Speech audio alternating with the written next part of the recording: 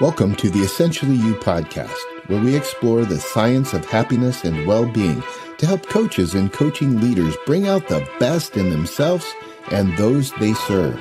If you're looking for new approaches to serve your clients or looking to create a culture of positivity and well-being in your organization, join me, Mark Mathia, on a journey of discovery and inspiration.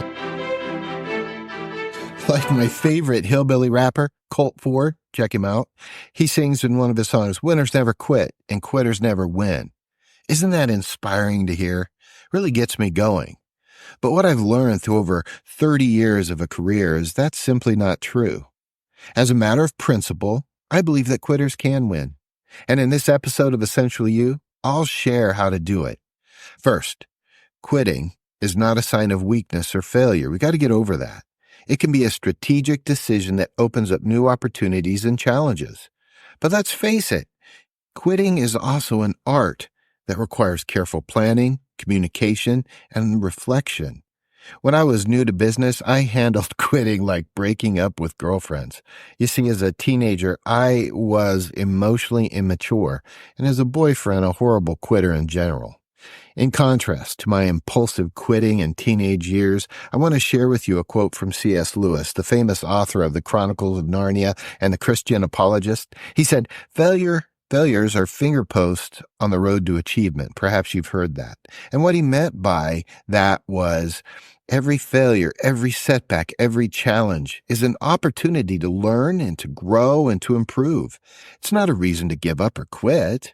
Rather, it's a sign that we're on the right path and we need to persevere and overcome the obstacles in our way. Quitting correctly means quitting after we've learned our lessons, not before. It means quitting with grace and gratitude and dignity, not with bitterness and resentment and anger. It means quitting with a clear vision, a new direction, and a positive attitude, not with confusion, doubt, or fear. About 30 years ago, I can't believe it's been that long, I was working as a regional manager in a mid-sized corporation. It was retail. It was a turnaround project for a larger Fortune 500 company who acquired it due to a debt bailout. And as a young leader, I earned a lot of responsibility. It was cool, but I also earned a lot of stress and frustration. I put in the hours and got things done. I led well as a young leader, and as a matter of fact, I was forced to fire every one of my 8 store managers at least once, and I hated that.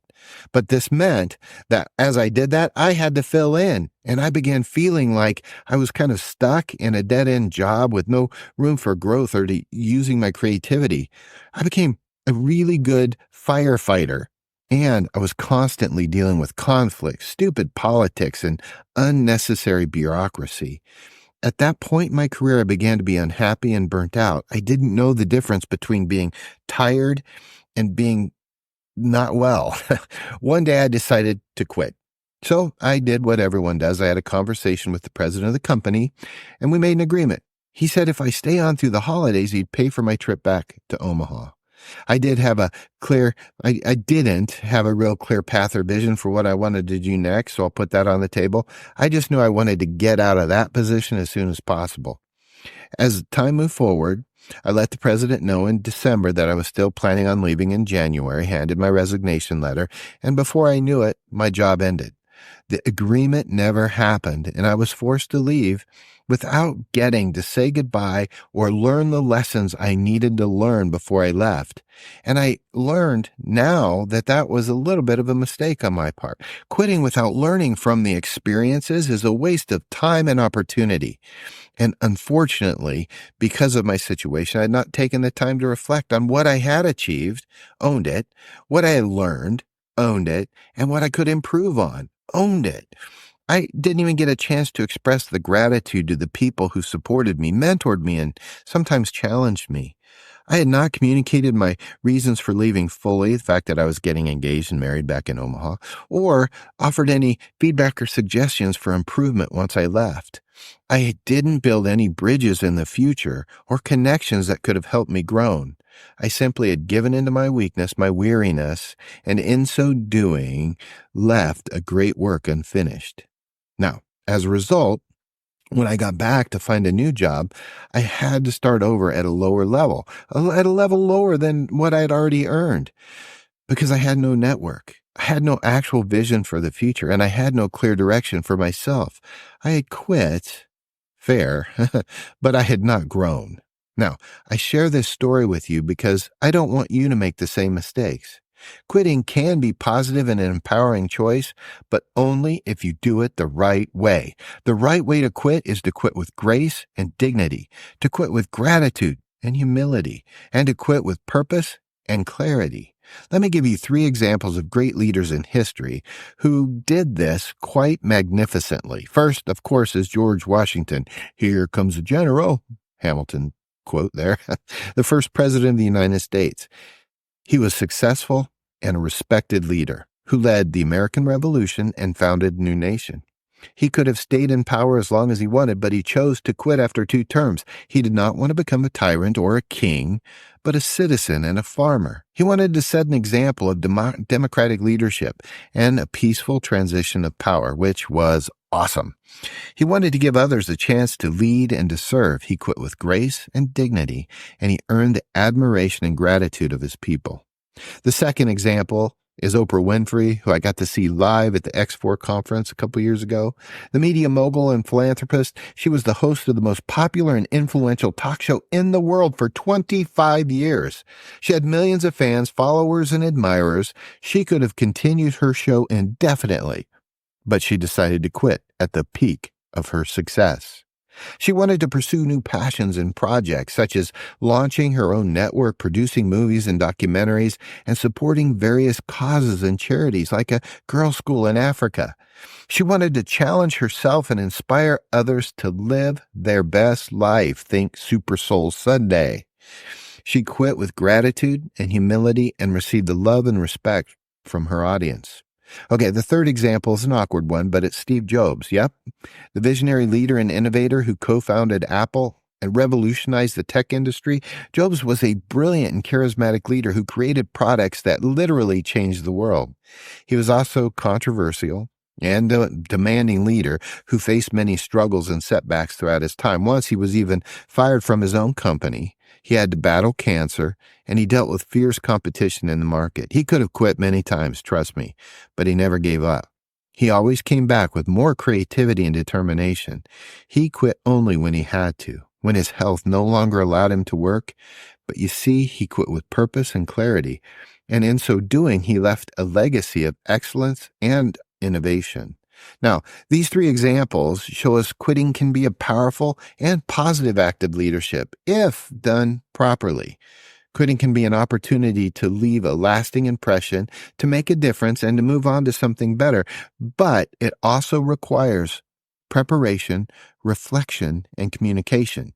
You need to plan your exit strategy, learn from your experiences, and say farewell with grace if you can. You need to quit like a leader. Okay, one way to use coaching to quit is to ask yourself this question: what do I still need to learn to leave better than I started that career? See, that question can help you identify the skills and knowledge and the relationships that you can develop or improve before you quit. It can also help you appreciate the value and benefits of your current situation and recognize your strengths and achievements. And by learning as much as you can from your present experience, you can enhance your confidence and competence and prepare yourself for future opportunities.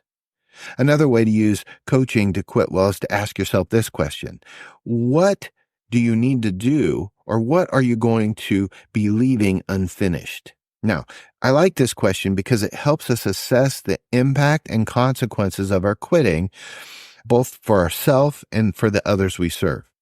It can help us prioritize and complete the most important tasks and projects that we're responsible for, and delegate and transfer the rest to someone else. And by leaving things in order and in good condition, we avoid regrets and guilt and earn the respect and appreciation of your colleagues and your clients.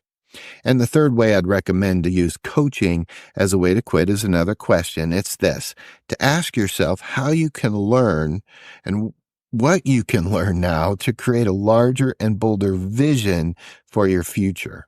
The question can help you envision and explore the possibilities and opportunities that await you after you quit. It can also help you set goals and action plans that align with your values and your passions and challenge you to grow and excel. Now, by learning to dream big and act accordingly, you can create a positive and inspiring narrative for your transition and motivate yourself and others to follow your lead. Friends, these are just some ways that coaching and positive psychology can help us quit well and move on to a better and happier future. But quitting well is not a one-time event. It's also a mindset and a skill that you can cultivate and practice throughout your life. Whether you're leaving a job, a relationship, a habit, or a situation, you can always use the power of great questions and coaching to make the most of your experience and learn from it. By quitting well, you not only are ending something, you're also beginning something new and exciting. You're leading well through all seasons of your life. And together, friends, if I had to pick it, that's exactly how I want to end this podcast. Friends, let's learn to do the hard things well. Let's learn to quit well so that we can all lead well through every season of our career.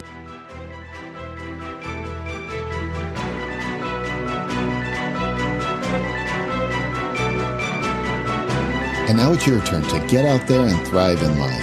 If you've liked what you've learned, would you consider subscribing to this podcast and leaving a review? I'd really appreciate it. And if you have anything you would like addressed, you can reach out to me, Mark Mathia, at mark@markmathia.com. And until next week, I'm cheering for you.